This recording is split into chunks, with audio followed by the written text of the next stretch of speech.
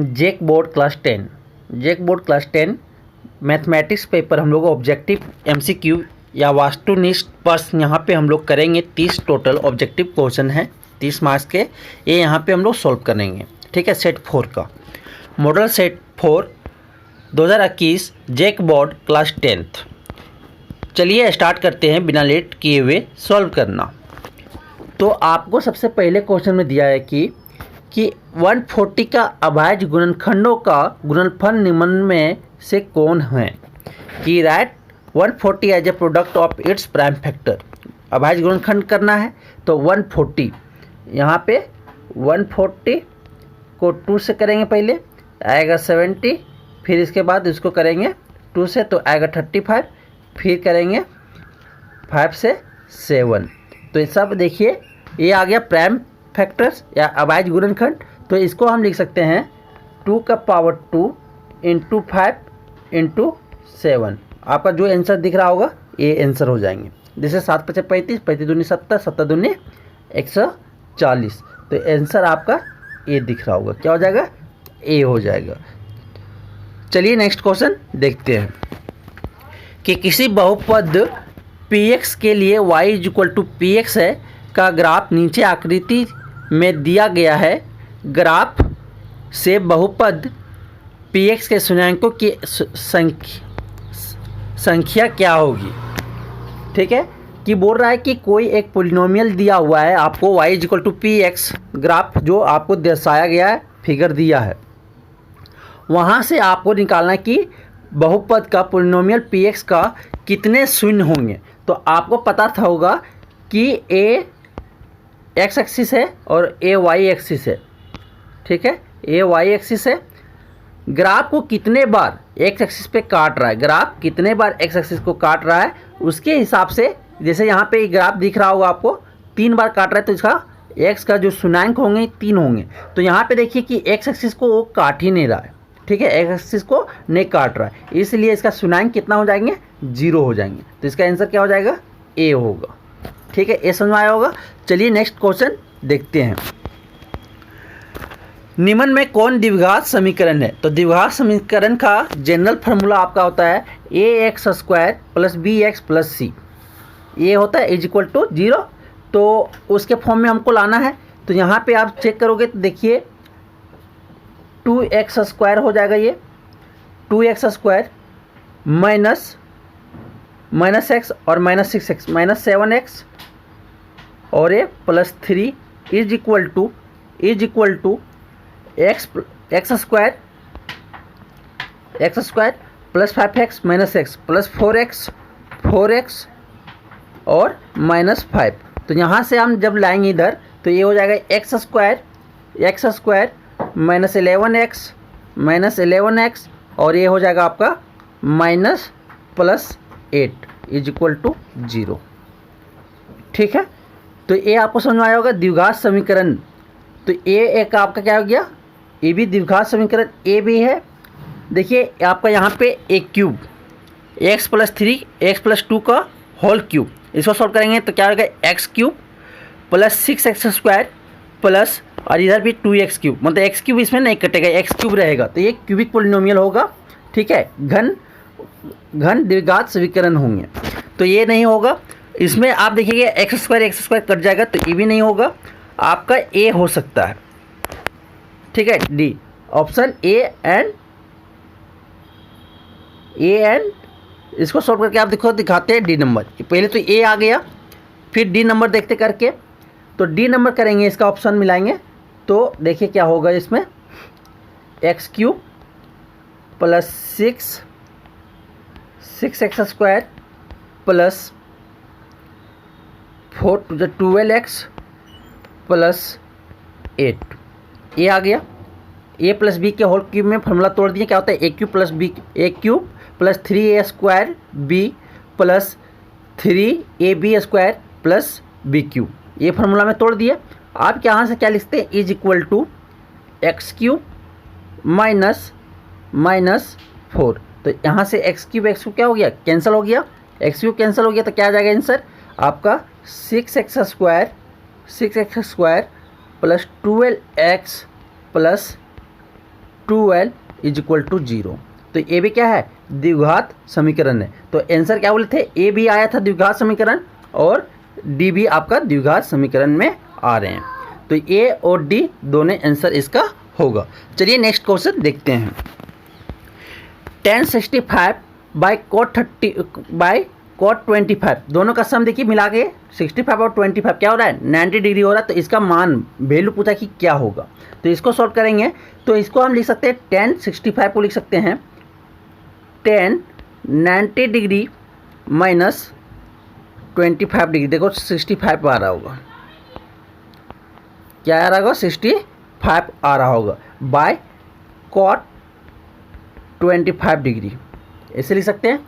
आप देखो tan 90 minus theta क्या होता है, cot theta. tan 90 minus theta cot theta होता है फॉर्मूला। तो यहाँ पे लिख सकते हैं cot 25 degree by cot 25 degree. बहुत कोई रहता क्या, ये कोट को tan में चेंज करने की कोशिश करता, ठीक है आपको जैसे। तो ये क्या आ गया, इसको काट के 1 लिख सकते हैं। तो आपका आंसर क्या हो जाएगा, बी हो जाएगा। चलिए नेक्स्ट क्वेश्चन देखते हैं। समांतर सरणी एपी में, ठीक है, अर्थमेटिक प्रोग्रेशन 4 10 16 22 4 10 16 22 के सर्वांतर अज्ञात करें, मतलब कॉमन डिफरेंस स्मॉल डी निकालने बोल रहा है।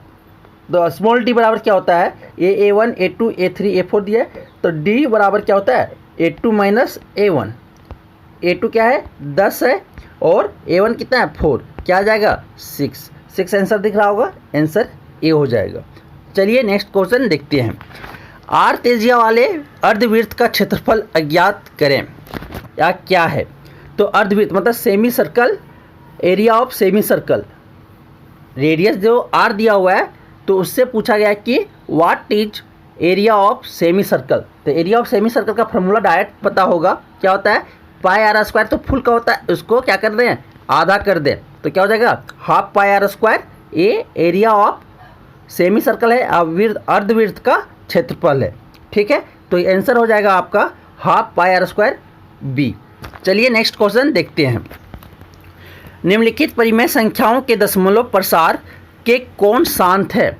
कौन शांत मतलब कि जिसका डिनोमिनेटर या हर, जिसका हर 2 का पावर m इंटू 5 का पावर n के टर्म में आ जाए, वो क्या हो जाएगा सर, ये शांत होंगे, ठीक है। परिमेय संख्याओं के दशमलव प्रसार के कौन शांत होंगे। तो शांत, तो देखिए ये 6/15 है, 6 को काटेंगे 2 3 जा 6 और 5 3 जा 15। तो ये क्या आ गया, 2/5 आ गया। और ये देखिए ये फॉर्म में है, तो ए 5 2 एक, तो देखिए 2 का पावर 0 इंटू 5 का पावर 1। देखिए इस वाला फॉर्म में आ रहा है, डिनोमिनेटर या हर आना चाहिए इसके फॉर्म में, तो आ रहा है। तो ये क्या हो जाएगा, ये शांत होंगे, क्या ऑप्शन ए होगा। समझ में आया होगा। 2 का पावर डिनोमिनेटर हमको करना है 2 का पावर m इंटू 5 का पावर n। बाकी तो चेक करोगे तो नहीं आएगा। देखिए यहाँ पे 7 आ जा रहा है, इसमें भी 7 आएगा, इसमें भी आपका 13 आ जा रहा है 7। तो खाली सिर्फ आपको क्या आना चाहिए, प्राइम फैक्टर या अबाइज गुणनखंड 2 का हर का या डिनोमिनेटर का 2 का पावर m इंटू 5 के पावर n जो आ गया, उसका दशमलव परिमेय संख्या या रेशनल नंबर के डेसिमल टर्मिनेटिंग होंगे। समझ में आया होगा। चलिए नेक्स्ट क्वेश्चन देखते हैं। संख्या 672 एंड 120 का एचसीएफ क्या होगा। तो नंबर 672 एंड 120 का एचसीएफ या मासा निकालने बोला है। तो मासा, तो 6 को 72 से करेंगे तो 12 छक 72, एक चला गया, आपका क्या गया 6 आ गया। अब 6 को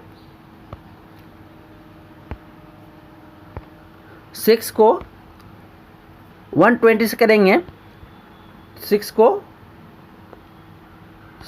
120 से करेंगे, ठीक है। तो 6 2 जा 12, 2 बार में ये 0 कट गया 6। तो इसका क्या हो जाएगा, मासा का फुल फॉर्म होता है महत्तम समावर्तक, एचसीएफ हाईएस्ट कॉमन फैक्टर, ठीक है। तो क्या आ गया आंसर, ए आ गया, ठीक है। ये समझ में आया होगा। चलिए नेक्स्ट क्वेश्चन देखते हैं।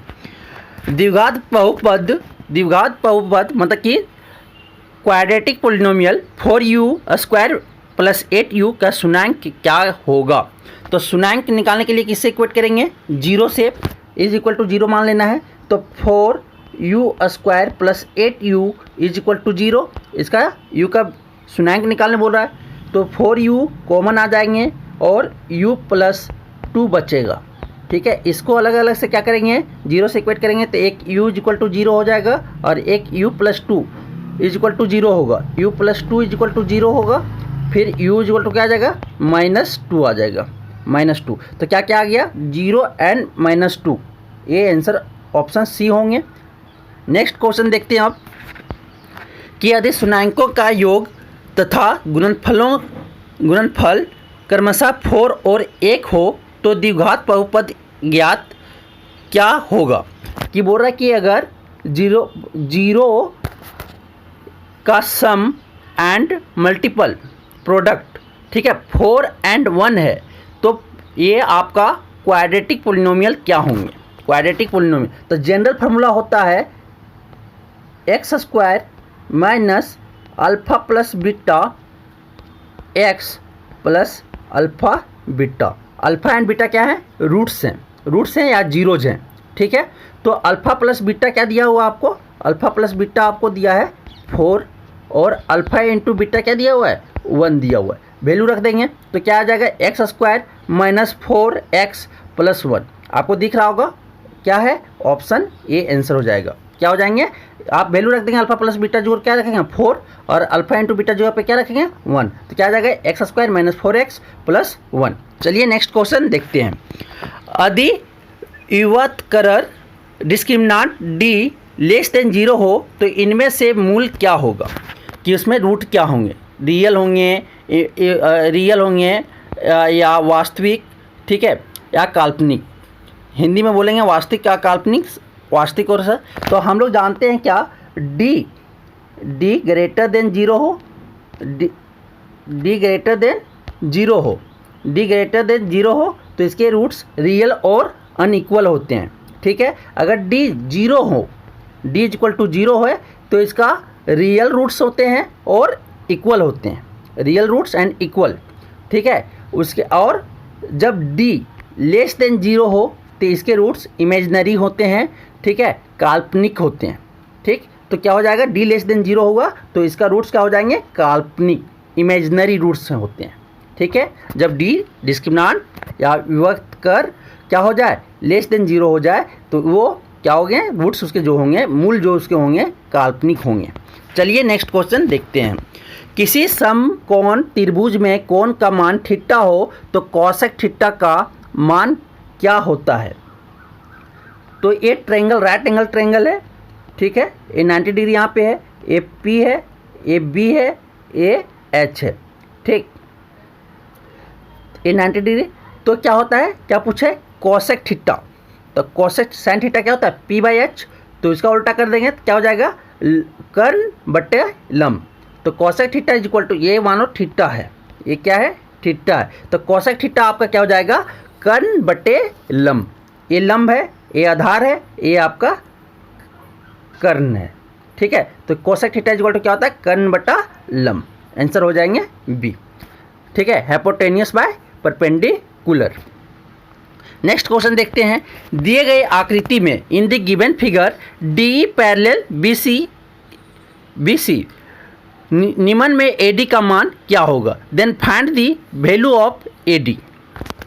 बोला कि आपको फिगर जो दिख रहा है इसमें D पैरेलल BC है, D पैरेलल BC है तो AD का मान क्या होगा। तो यहाँ पे सिमिलर ट्रायंगल और सिमिलर ट्रायंगल से आप पढ़े थे प्रॉपर्टी थेल्स थ्योरम का, कि अगर पैरेलल हैं, ठीक है, D पैरेलल BC है तो इसके जो साइड्स के रेशियो होंगे वो क्या होंगे, रेशियो में इक्वल होंगे। जैसे हम यहाँ से लिख सकते हैं AD by DB is equal to AE by EC, ये लिख सकते हैं। अब यहाँ से हम लोग लिख सकते हैं इसको, क्या AD को AD निकालना है, AD पता नहीं तो AD रहने दिए, ये आपका क्या हो जाएगा 7.2 और ये आपका हो जाएगा 1.8 बाय, यहाँ पे आपका क्या हो जाएगा 5.4। ये कटेगा, ए से ये पॉइंट हट गया, क्या हो जाएगा 18 54 3 और फिर 72 ऊपर चल जाएगा। तो AD इज इक्वल टू क्या हो जाएगा 7.2 बाय 3, तो एक कटेगा कितना बार में, 24 तिया क्या होता है 72, 72 होता है ना, तो ये डेसिमल में 2.4, क्या आंसर आ जाएंगे 2.4 सेंटीमीटर। आपका AD कितना हो जाएगा 2.4 सेंटीमीटर। समझ आ गया होगा, थेल्स थ्योरम का प्रॉपर्टी यूज करके यहाँ पे बनाना था। कितना आंसर आया 2.4 सेंटीमीटर। ठीक है, चलिए नेक्स्ट क्वेश्चन देखते हैं कि किसी बिंदु की एनी पॉइंट PXY की मूल बिंदु ओरिजिन 0,0 की दूरी निम्न में से क्या कौन है। तो आप जानते हैं कि देखिए ये x है, ये y है, ये y डैश है और ये क्या है x डैश है। यहाँ पे 0 है ओरिजिन से कहीं पे भी p मान लेते x, y है। तो इसका डिस्टेंस फार्मूला क्या होगा, निम्न में दूरी क्या होगा।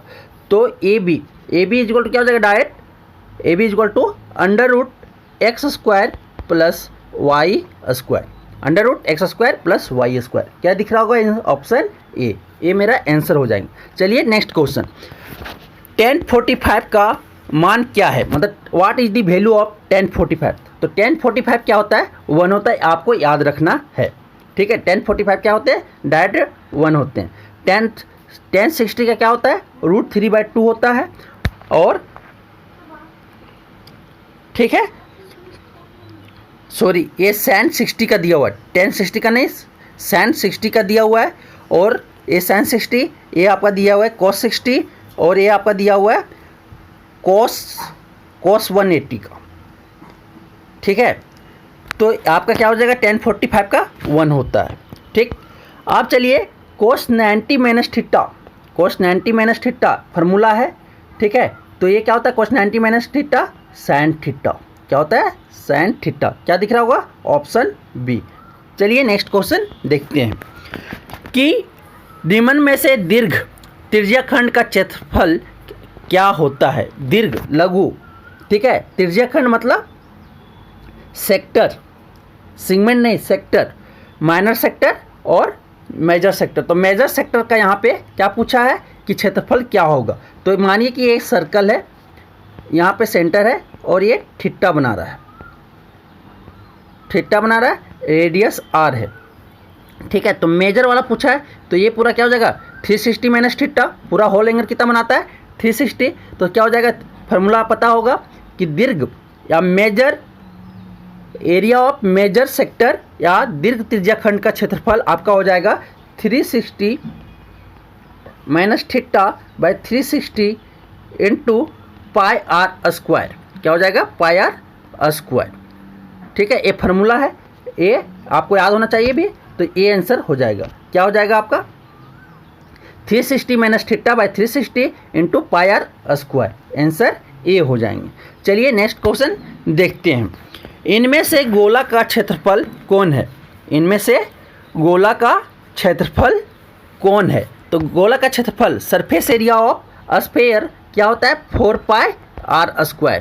क्या होता है 4πr²। तो ऑप्शन क्या हो जाएगा ए, गोला का क्षेत्रफल 4π² होते हैं।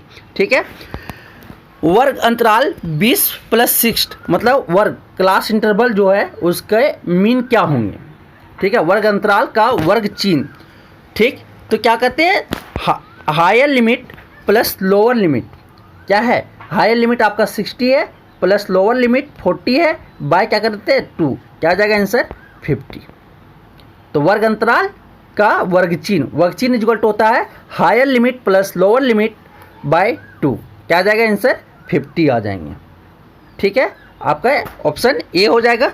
चलिए नेक्स्ट क्वेश्चन देखते हैं कि एक थैले में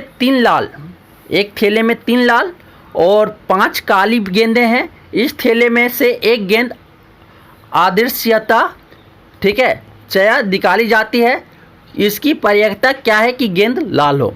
बोलते कि एक बैग में 3 रेड बॉल हैं 5 ब्लैक बॉल्स हैं, तो ये कोई रेंडमली एक बॉल उससे निकाला जाता है बिना देखे हुए बैग से, तो प्रोबेबिलिटी क्या होगा कि निकलने का वो रेड बॉल हो या लाल गेंदे हों। तो क्या हो जाएगा लाल गेंदे का प्रोबेबिलिटी ठीक है number of red balls number of red balls क्या है आपका 3 है, नंबर ऑफ ब्लैक बॉल्स क्या है 5 है, टोटल बॉल NS कितना है नंबर 8 है। ठीक है, तो रेड बॉल तो क्या पूछा है, probability of red balls, probability of red balls क्या हो जाएंगे, number of red balls by total number of balls क्या हो जाएंगे 3/8। ऑप्शन आपको दिख रहा होगा, ऑप्शन क्या हो जाएगा सी। लाल गेंदों का प्रायिकता क्या हो जाएगा 3/8 होगा। समझ आ गया। नंबर ऑफ रेड बॉल्स आपका 3 दिया हुआ है, नंबर ऑफ ब्लैक बॉल्स आपका 5 दिए हुए हैं, और आपका टोटल बॉल्स जो दिए हुए हैं दोनों बॉल सैंपल स्पेस ये वो 8 है।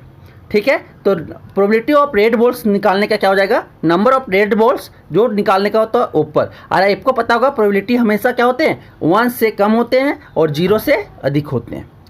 ठीक है, 0 भी हो सकता है 1 भी इंक्लूडेड है। ठीक है, चलिए नेक्स्ट क्वेश्चन देखते हैं। अब देखते हैं फिल इन दी ब्लैंक्स, रिक्त स्थानों को भरें।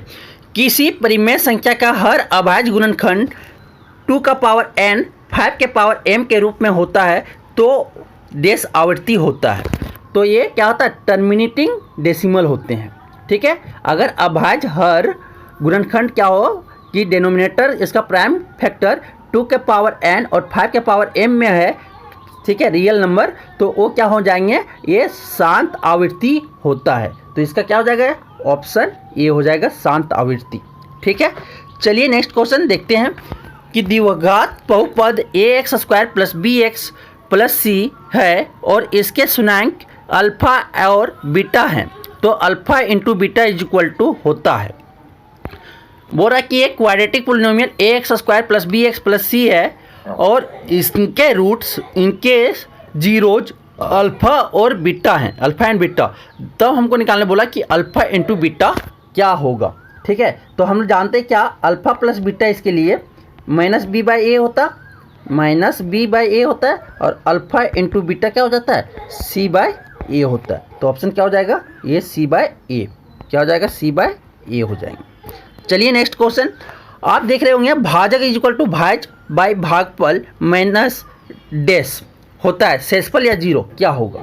तो आप जानते हैं क्या, भाज्य बराबर क्या होता है, भाज्य बराबर भाजक इंटू भागफल, भाजक इंटू भागफल प्लस रिमाइंडर। ठीक है, तो मतलब डिवाइडर = होता है आपका divisor into quotient plus remainder. तो इस फार्मूले में हमको सेट करना है, तो भाज्य तो क्या करेंगे, भाजक को नीचे ले आया है तो भाज्य बाय भाजक हो जाएगा, = भाज्य बाय भाजक = क्या है, सॉरी, भाज्य बाय भागफल, इसको नीचे ले गए। ठीक है, आपका बच गया भाजक और माइनस पहले रिमाइंडर।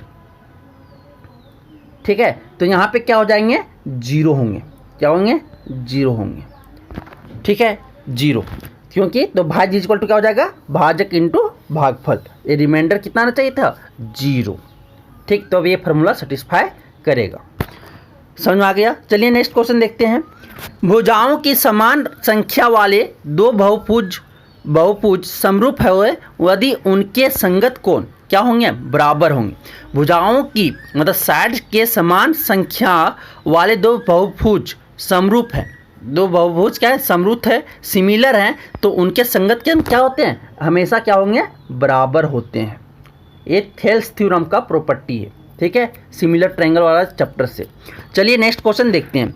किसी समांतर श्रेणी का प्रथम पद मतलब फर्स्ट टर्म एपी का, किसी एपी का फर्स्ट टर्म आपका 5 है और सर्वांतर कॉमन डिफरेंस D2 है, तो अगला पद क्या होगा। तो क्या होता है, A2 निकालना, फर्स्ट पद तो दिया हुआ है, तो A प्लस क्या हो जाएगा, D हो जाएगा। A प्लस D क्या है, 5 + 2 कितना आ गया, 7। तो क्या आंसर हो जाएंगे, 7 हो जाएंगे ये। ठीक है, चलिए नेक्स्ट क्वेश्चन देखते हैं। AP के प्रथम पद A = 7 और सर्वांतर आपका कॉमन डिफरेंस D = 3 दिया है और nवां पद n = 8 दिया हुआ, तो an क्या होंगे। तो an = हम लोग फार्मूला जानते हैं क्या होता है, an = a + n - 1 into D होता है। तो n जगह पे क्या दिया हुआ है, 8 दिया हुआ है, तो 8 आपका क्या हो जाएगा, फर्स्ट टर्म कितना दिया हुआ है, फर्स्ट टर्म आपका 7 दिए हुए हैं, फिर n कितना दिया हुआ है, 8 - 1 क्या हो जाएगा, 7 हो जाएगा, इंटू कॉमन डिफरेंस सर्वांतर क्या दिया हुआ है, 3, तो 7 या 21 + 7 क्या गया, 28, तो ये आंसर आपका क्या हो जाएगा, 28 हो जाएंगे। ठीक है, चलिए नेक्स्ट क्वेश्चन देखते हैं। किसी वृत्त की स्पर्श रेखा उसे डैश बिंदुओं पर प्रतिच्छेद करती है, टेंजेंट, टेंजेंट, ठीक है, ये सर्कल है तो ये टेंजेंट स्पर्श रेखा, तो एक पॉइंट पर क्या कर रहा है, प्रतिच्छेद करती है, कितना, 1 हो जाएगा। ठीक है, चलिए नेक्स्ट क्वेश्चन देखते हैं। किसी त्रिभुज की एक भुजा के समांतर खींची गई रेखा अन्य दो भुजाओं डैश अनुपात में विभाजित करती है, समान अनुपात। जैसे देखिए एक ट्रायंगल है, ठीक है, ए बी सी, एक पैरेलल इसके पैरेलल समांतर डी ई, थेल्स थ्योरम, तो ये जो होंगे क्या, A D by D B is equal to A E by A C, क्या समान अनुपात में विभाजित करती है। समझ में आ गया, थेल्स थ्योरम जो पढ़े थे थेल्स परी में, उससे बनाना है, बस वही है। ठीक है, चलिए नेक्स्ट क्वेश्चन। वृत्त के केंद्र पर कोण थीटा अंतरित होती है तो त्रिज्या खंड का क्षेत्रफल डैश होता है, क्या होता है, थीटा बाय 360। मानो कि ये सर्कल है, ये क्या बना रहा है, थीटा बना रहा है एंगल, और ये क्या है, त्रिज्या आर है, तो क्या होता है, तो ये त्रिज्या खंड मतलब कि सेक्टर, एरिया ऑफ सेक्टर, ठीक, का एंगल एरिया पूछे, क्या हो जाएंगे, theta by 360 theta by 360 into pi are square, ये वाले आंसर हो जाएंगे। शंकु का सिन्नक का आयतन होता है volume of frustum, volume of frustum क्या होता है, 1/3 पाई एच R1। छिन्नक का, शंकु का छिन्नक कैसे होते हैं, इस तरह के होते हैं, ए R1 है, ए R2 है, ठीक, तो क्या होता है 1/3, तो volume of frustum 1/3 pi H R1 square plus R2 square plus R1 into R2, ये होता है। तो यहाँ पे हम लोग ऑब्जेक्टिव क्वेश्चन सॉल्व किए, ठीक है, वास्तुनिष्ठ फर्स्ट 1 से और फिल इन द ब्लैंक्स। अगर आपको किसी तरह का कोई डाउट हो, सबसे पहले आप एनसीईआरटी को बहुत अच्छे से रिवीजन करें, ठीक है, एनसीईआरटी को बहुत अच्छे से रिवीजन करें, उसको बार बार बनाएं, आपको बहुत अच्छा जेक बोर्ड में बहुत अच्छे नंबर आएंगे। सारे जो क्वेश्चन है एनसीईआरटी से उठाए गए हैं, ठीक है, तो ये आपको समझ में आया होगा। अगर किन्हीं को किसी तरह का कोई डाउट है तो व्हाट्सअप नंबर मेरा डिस्क्रिप्शन बॉक्स में दिया रहेगा, आप वहाँ से लेकर कमेंट करके आप पूछ सकते हो, मैं आपको बताने के लिए रेडी हूँ। Thank you.